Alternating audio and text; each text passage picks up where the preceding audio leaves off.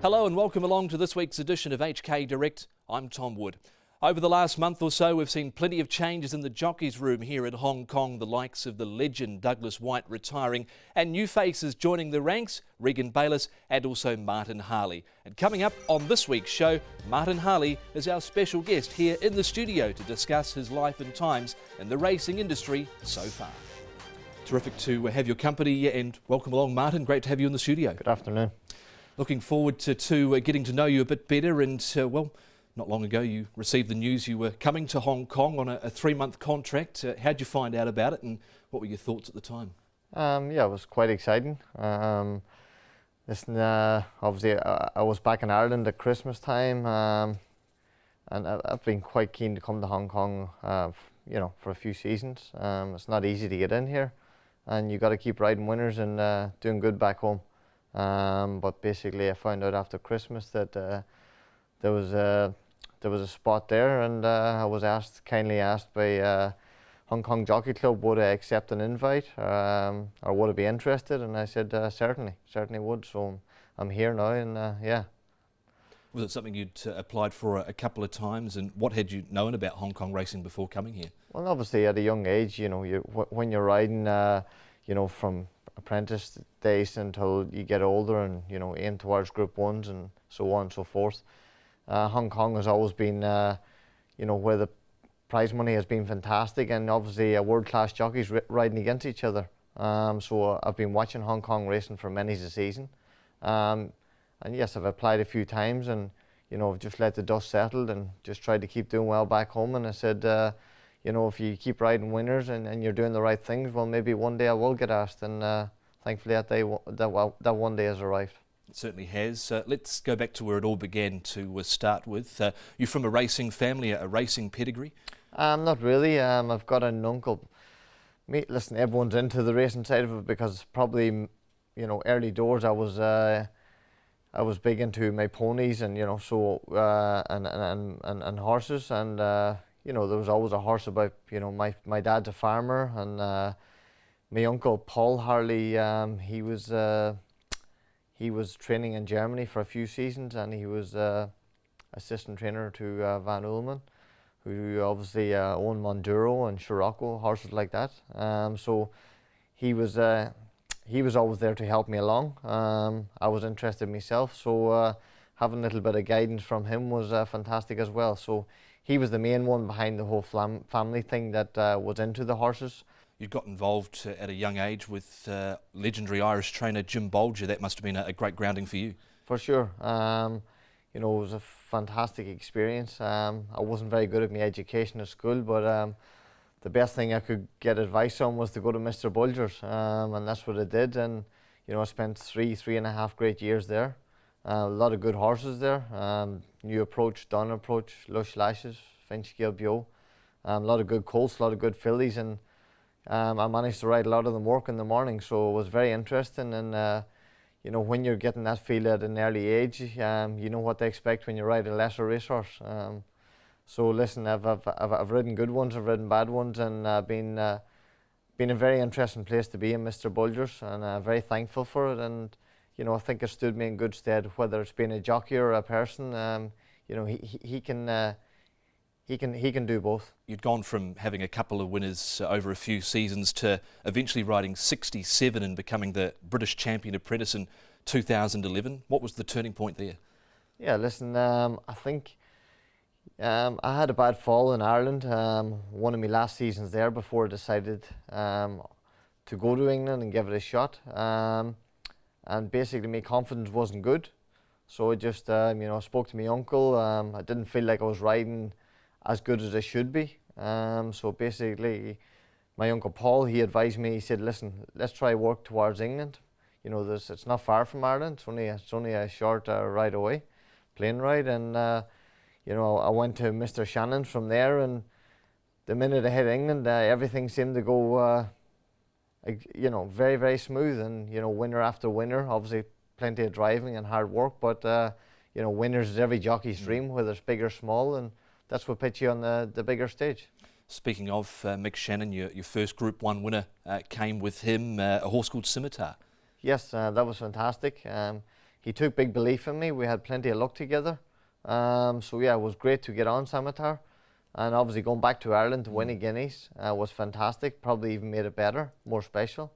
Because being there for 3.5 years working for Mr. Bulger, and leaving there with bad thoughts and not good confidence, and going back there and winning your first Group 1, first Classic, on your first ride in a Classic. So it was very special, and Mr. Shannon's has to be thanked for that.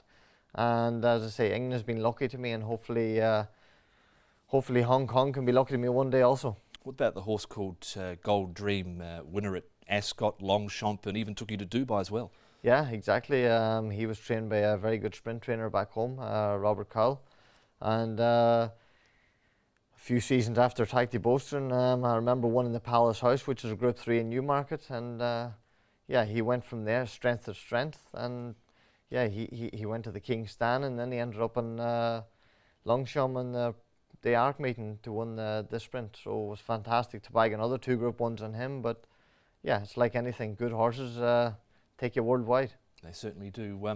When you came to Hong Kong, or before you came to Hong Kong, did you pick up the phone and give a few jockeys a call, the likes of Ryan Moore, to find out what they could tell you about Hong Kong? Yes, I did. Unfortunately for Ryan Moore, he lives right across the road from me, so when I texted him, he couldn't lie if he was in or out, so I just ran across the road to see him. So no, I had a chat with Ryan, which was good because Ryan's been here and ridden some fantastic horses here. And yeah, there was plenty of help back home.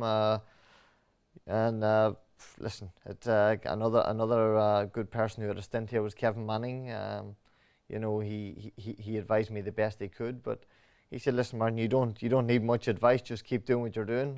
Work hard. It's not an easy place." And he says, maybe one day I'll make a name for yourself. But he says you don't have to change much. Obviously, the race riding's a bit different. You're riding against world-class jockeys who's been here, a while. So tactics are going to be crucial. But you have to, either learn quick or you get brushed aside, one or the other. What about turning up to Sha Tin Chinese New Year race day meeting for one ride in front of a big crowd like that? What was that like? Yeah, that was an amazing experience. The best experience I've had of a big crowd so far was probably Royal Ascot when I won the King's Stand. But yeah, Sha Tin was even, I couldn't believe it, to be honest. Obviously I only had one ride, but it was fantastic to be there for that one ride. And yeah, listen, it's the crowds here is completely different than back home, but it's a very good buzz, I'm sure. And especially if you ride a winner, I would say it's even it's more of a thrill. How have you found establishing those crucial connections with like owners and trainers? Is that something that comes natural to you that you've had to work on a little bit here, maybe? Yeah, listen, you definitely have to work on it more here than anywhere else in the world. But listen, it's something that I've been advised. I knew it wasn't easy coming here, and it's not going to be easy by any means. But listen, not everyone come here and done well off the back of one season. But if you're willing to work hard, speak to trainers in the morning, do as much track work as possible. Obviously, until you ride a few winners, you can't really get to know any owners. You can meet a few at the races, but if you finish last, you're back in the weighing room and you have to go again. But I'm sure if you ride a winner, it's easier to meet people. And yeah, I'm there looking for it, but hopefully it'll come soon. You've had about 14 rides, I think, with the 1/3 placing so far. Have you found it overall adjusting to the style of racing here? Yeah, no, it's very much like a racetrack back in England called Chester. Only it's left-handed instead of right. Things are running at a lot faster tempo, and also the draw is quite crucial. If you're drawing 12, it's you have to ride clean here, which is fantastic, but you have to be careful about coming across from your wide draw, and if you miss the break by a split second, you can end up in a very bad position. So yes, a lot to do with gate speed. I've had a few, as I say, one nice ride for Casper, which ran well, and a few others. But it's like anything. You need the horse to be able to break on terms, and you need the horse underneath you to help you out as well. You're one of the taller jockeys in the Hong Kong jockeys room. How do you find your weight here? Yeah, listen, when I arrived, I done 121 when I arrived. I had to give it a little bit of a push, obviously, but coming to a different country with with the 8 hours difference in the clock, it makes it a bit harder, and to adjust to a warmer climate. Obviously, it's not as warm now as it can be, but listen, I'm managing it. I'm turning up the track work in the morning. I keep myself quite active, whether I'm here or England, so that's a bonus. But yeah, listen, hopefully I can do lighter going forward. I'm definitely one of the bigger ones in the weighing room. But listen, I'm here to work hard, and hopefully that doesn't put trainers off using me, thinking that I can only do 121, or there are plenty of horses on the better side of that weight that I would like to be on, because they're up there in the higher weights for a reason. They're just either they're ready to break through to that next handicap level, which can be a class 4 into a class 3. But listen, the main thing is I ride at a weight that I feel comfortable and I feel strong at, and I think that if any trainer or owner is watching, this is probably the most important thing, is to ride strong at a weight you feel comfortable at, and if the horse is good enough, you're strong enough to get the job done. So a 3-month contract here in Hong Kong, Martin. Have you set yourself any goals or ambitions or sort of expectations while you're here in Hong Kong? Definitely not. That's a definite answer. That's obviously I would love to ride a few winners. The main thing is stay safe and ride clean races, and try go back to England whenever that is. With something on the peak of my cap saying I learned this, I learned that. It's not going to be easy here to ride winners, but obviously one winner would be fantastic just to get that off your back, and whatever happens after that will be a bonus. But I'm certainly not aiming at anything high. First winner off my back would be good, and whatever else happens after that's a bonus for sure. Well, we wish you the best of success here in Hong Kong in your stint, and we wish you well for the future as well. We thank you for coming on the show. Thank you very much. Of course, racing continues at Sha Tin. We've got racing coming up on Saturday this week. Of course, don't forget the Macau simulcast is also coming up on Sunday. But this Saturday, Trackside Live coverage commences at 12:30. Our 2 trophy races on the program are the Association of Hong Kong Racing Journalists Challenge Cup. That's underway at 3 p.m. And the Singapore Turf Club Trophy is coming up at 5 minutes past 4 o'clock. Their races 5 and 7. And as per normal, all the information on the website www.hkjc.com, and you can also follow us on Twitter at HKJC_racing. So all the information there on our social channels. That does wrap up this edition of Hong Kong Direct. Thanks for your company. Ed Sadler will be back along with you next week, and until then, bye-bye.